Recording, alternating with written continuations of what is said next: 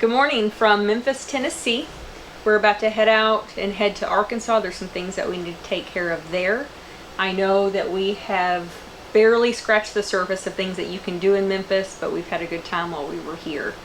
So the first day we went to Graceland, which was a lot of fun. That was a full day. I think our package, we were there 3.5 to 4 hours. Roughly, yeah. Some of that was standing in line. A lot of that was probably standing in line. Yeah. But just roll with it. There's a lot of different lines when you get in there. We probably stood in line for 20 minutes after we picked up our tickets at will call. So,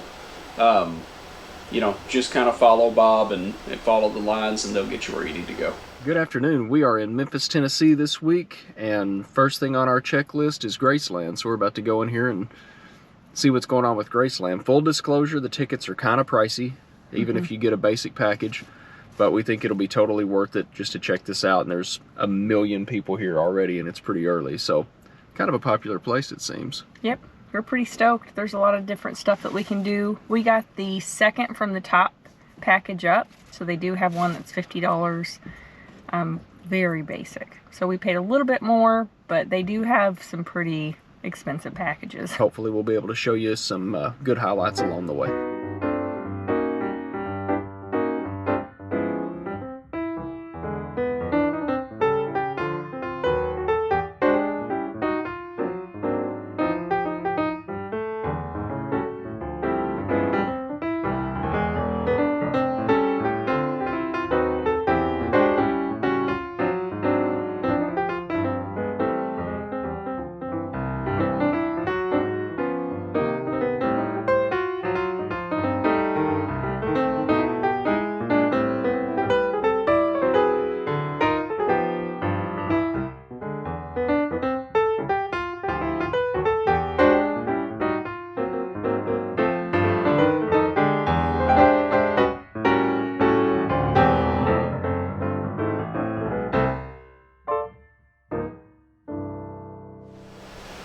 Yeah, but Graceland's a great time. I'm not what you would consider a major Elvis fan. The music was before my time. My great-grandparents and grandparents were big Elvis fans, but it's definitely something to check into if you like music at all, because the cultural significance of Elvis Presley and what he did for the music industry and the path that he paved for people coming, 50 years after him is incredible. So there's a lot of cultural significance to Graceland that's, like I said, if you like music at all, you'll enjoy the history of Graceland. I agree with that. And then didn't your grandmother visit Graceland before she passed? Yeah, my great-grandmother was a huge Elvis fan, Elvis books, Elvis records, the whole 9 yards, and I was able to confirm that she got to visit Graceland before she passed away, so that made me feel good. And I think part of it is that he was stationed in Fort Chaffee in Fort Smith, Arkansas. Fort Smith was the big city for us growing up, so we knew Elvis. We knew who he was. So that was part of it too. And there's some old black and white videos out there of Elvis checking in and getting his hair cut off and getting his first uniform and stuff at Fort Chaffee. So that, it kind of ties it all in together locally for us. Yeah. The next thing that we did was to go to the Bass Pro Shop Pyramid in Memphis. And obviously to go to the store is free. And we like Bass Pro Shop anyways. Yeah. We try not to spend money while we're there, which is hard. Easier said than done, yeah. But you can ride an elevator up to the top. There's a small fee to do that, but it's not limited. I think it was $8 to go up to the top, $7 or $8. Something not like much. that. And it was totally worth it. It's not limited, so you can stay up there as long as possible. I would suggest to go after the sun goes down, or as the sun's going down, because the sunset was beautiful. Yeah. But once the sun goes down, every half hour, there are 2 bridges that you can see, and they do kind of like a light show of sorts, and that was pretty neat to see too. There is a restaurant at the top of the pyramid. It's kind of spendy. The food's good, but it's not a have-to thing. There's plenty of great places to eat in Memphis, so I think if we had it to do over, maybe we would have just went up and got a quick appetizer and sat and enjoyed the sunset. But the restaurant is good if you want to check that out. I definitely recommend their elk burger sliders as an appetizer. Or a meal.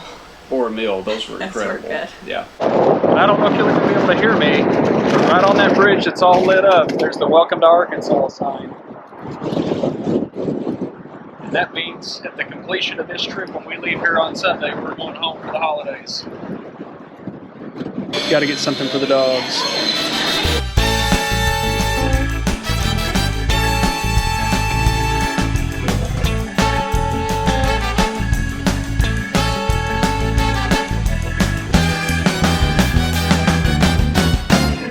favorite things that we did in Memphis were to go look at the Peabody ducks at the Peabody Hotel. There's a lot of history that goes along with that. It doesn't take that long. It's free. I'd say go early. There were a ton of people. We were early and we barely got a seat where we could see anything. But that was a lot of fun. Yeah, and you're not going to get a seat per se. There's a few seats around the bar that you may be able to sit at, but for the most part you're going to stand up. But yeah, I mean, we got there probably 30 minutes early and barely found a place to stand and shoot. Is to march up this red carpet, go upstairs and retrieve our team of 5 feathered friends.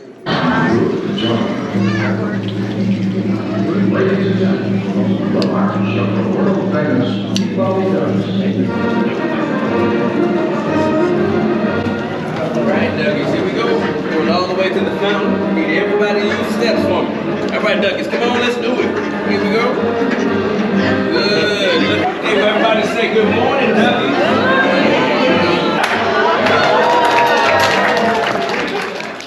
Then once we finished up there, we went right around the corner to Rendezvous, which was suggested by like 3 Everybody. people, Yeah.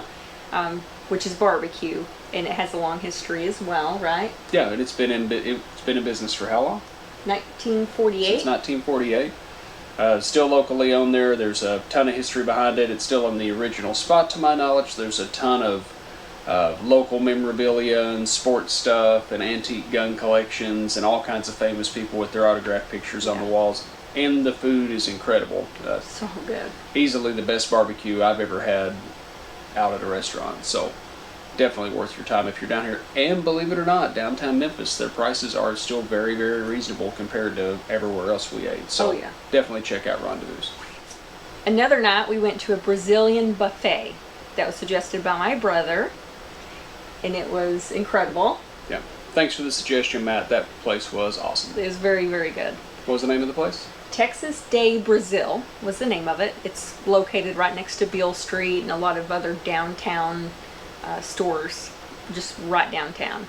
But the experience was pretty cool. So you pay a flat fee when you go in, and I think there's drinks and dessert that you can purchase as well. But you go in and they start you off with a salad bar, an incredible salad bar. It has all these cheeses and meats and just anything you could ever imagine to be on a salad bar. There's even stuff on the salad bar for people like me who don't eat salad. Yeah. So even I'll agree that it was a good salad bar. My only regret is that I didn't make another trip back to the salad bar. So once you get through that, they do bring some other items to the table, little sides, and then you start with your meats. And they have people that will come by and bring you different cuts of meat and ask if you want them. Chicken, lamb, beef, all different cuts. Steaks, filet mignons. Yeah, leg of lamb. Sausages. You want a little bit of this? They had some nice sausages that were there. I mean, really everything was pretty tasty. Yeah, we need like 3 more of those. Yeah. But we were pretty full by the end of it. That was a lot of fun. That's worth doing. It's spendy, but you just know going into it what it is. But it was fun. But it's quality food for a higher price. Definitely recommend if you're going for dinner, skip lunch. Make lots of room. You know, going to a buffet is, it's chess, it's not checkers. So you really have to sit down and think about how to pack in the most bang for your buck. And I would say for as much as you and I ate, it ended up being pretty cheap. But what are you saying? But prepare to spend between $50 and $60 a person if you're just going to eat, and that's no drinks, no dessert. I believe $52 was what we paid per person, so it's a lot. And then they do have an option where you can just do the salad bar if you're not a big meat eater. Yeah, that's less. Quite a bit less. And then if you want drinks or dessert or a different appetizer, I don't know why you want it, then all that stuff's extra. But if you just want to go in and eat the buffet, it's around $50 a head. Worth it. Definitely worth it. So once we finished there, we were in pain, and the thought of driving back to our camper was a horrible thought. Yeah. So we thought, we're going to go walk a little bit. We had peeked at Beale Street in the daylight just to see what we were getting into. And we thought, we'll go down and look at a little bit of nightlife down on Beale Street, which is, 2 blocks away maybe. If that. Huge police presence there. We didn't feel unsafe at all. There was a lot of live music. We were just going to peek and maybe walk off a little bit of our food, but We ended up staying a while because we found some pretty good music. It was fun. Street performances. Yeah, I ended up getting to be a part of one of those street performances. I'm not going to say involuntarily, but it was close. So large police presence, but definitely makes you feel a lot safer. Definitely not threatening or intrusive. I'm a big supporter of the police. I know Angie is too, so definitely appreciated seeing our guys in blue out there. So definitely makes Memphis feel like a little safer place. Beale Street was fun.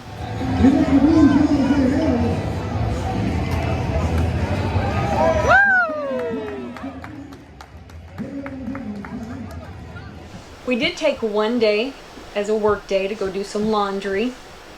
It actually took us 2 days to go because the first day we pulled up to one. It did not feel like a very safe environment for us, and so we scrapped it and tried again the next day at a different location. There were some dealings going on in the parking lot. We followed our gut. We bailed. Yeah. Cody can stretch his underwear out an extra day if he needs to.